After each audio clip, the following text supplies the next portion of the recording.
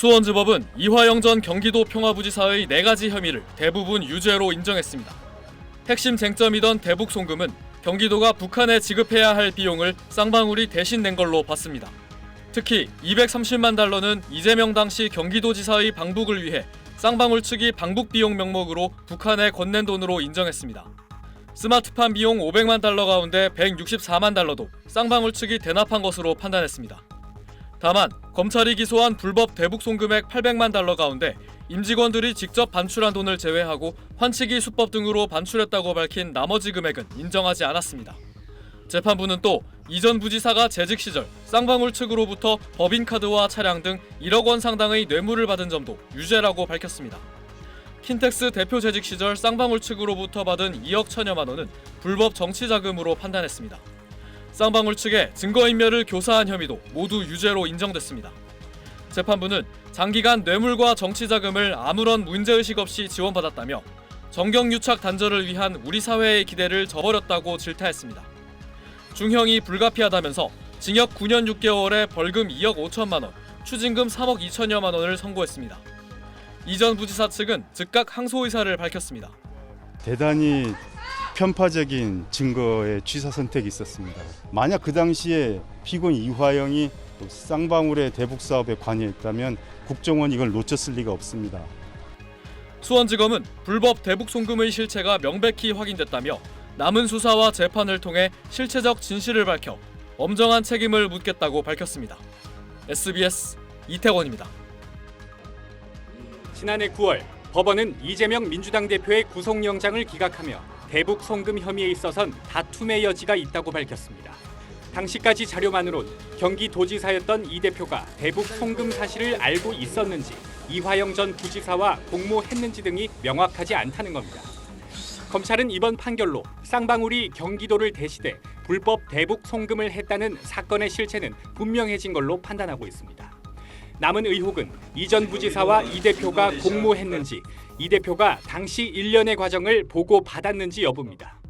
재판부는 이 전 부지사가 이 대표에게 쌍방울 대납 사실을 직접 보고했는지 여부에 대해선 따로 판단하지 않았습니다. 그러면서도 쌍방울 대북 송금은 경기지사 방북과 관련한 사례금으로 보기 충분하다고 평가했습니다.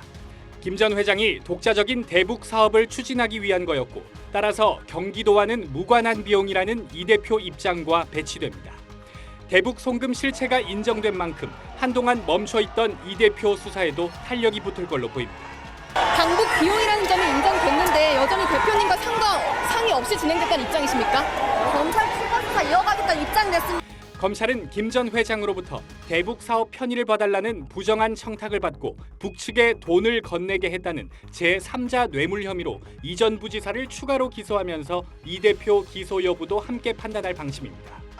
이 대표가 추가로 기소될 경우 현재 재판 중인 부동산 개발 비리 의혹과 공직선거법 위반, 위증교사 사건에 더해 사법 리스크 논란은 더 커질 전망입니다. SBS 김상훈입니다. 지난 2022년 10월 이화영 전 부지사에 대한 재판은 초기부터 윗선 이재명 당시 경기지사에게 보고했는지가 최대 관심이었습니다. 처음엔 쌍방울의 송금 자체를 몰랐다는 게 이 전 부지사의 입장이었습니다. 그런데 지난해 7월 초 이 전 부지사는 돌연 관련 내용을 이재명 전 지사에게 보고했다고 말을 바꿨습니다. 그러자 이 전 부지사 배우자 A씨가 당시 변호인을 해임했고 이 전 부지사는 변호인 해임이 내 의사가 아니다라고 밝혔습니다. A씨는 법정에서 남편에게 그렇게 얘기하면 안 된다고 소리치다 제지당하기도 했습니다. 가족이랑 좀 다른 게 왜 그렇다고? 저도 모르겠어요. 왜 저 사람이 저렇게 됐는지 모르겠습니다.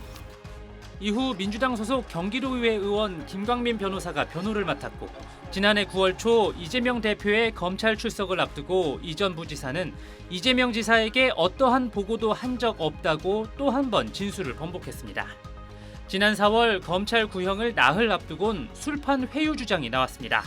검찰이 청사 내부에서 술자리를 만들어 이 대표에게 보고했다고 다시 진술을 번복하도록 회유했다는 주장을 내놓으면서 거친 공방이 이어졌습니다.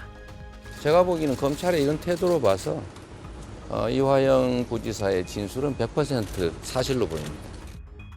앞서 이화영 부지사가 이재명 대표의 대북 송금 관여 사실을 진술한 바로 그 진술도 100% 진실인 것인지 오늘 공판에서 재판부는 이 전 부지사에 대해 수사부터 재판까지 반성하지 않고 비합리적인 변명으로 혐의를 부인했다며 오락가락 진술을 바꿨던 이 전 부지사의 태도를 꾸짖었습니다.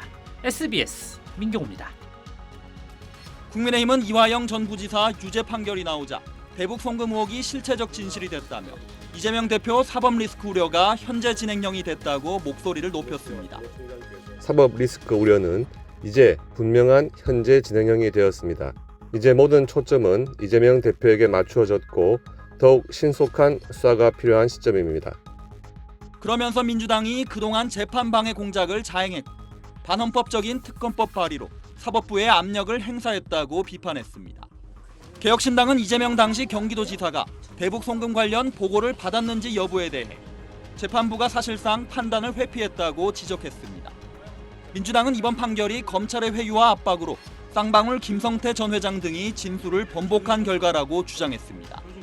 검찰이 자행한 조작 수사가 점차 드러나고 있는 상황에서 재판부가 검찰의 주장을 상당 부분 채택한 것은 납득하기 어렵습니다. 이재명 대표 측은 검찰의 조작과 회유로 말을 맞춘 부분이 탄핵되고 있어 항소심 결과는 다를 것이다. 이 대표와 이 전 부지사의 관련성은 입증되지 않았다고 주장했습니다. 민주당 내에선 지난 3일 발의한 대북 송금 특검법에 윤 대통령이 거부권을 행사하며 수사검사들의 탄핵 소추를 추진하는 방안도 검토하고 있습니다. SBS 정반석입니다.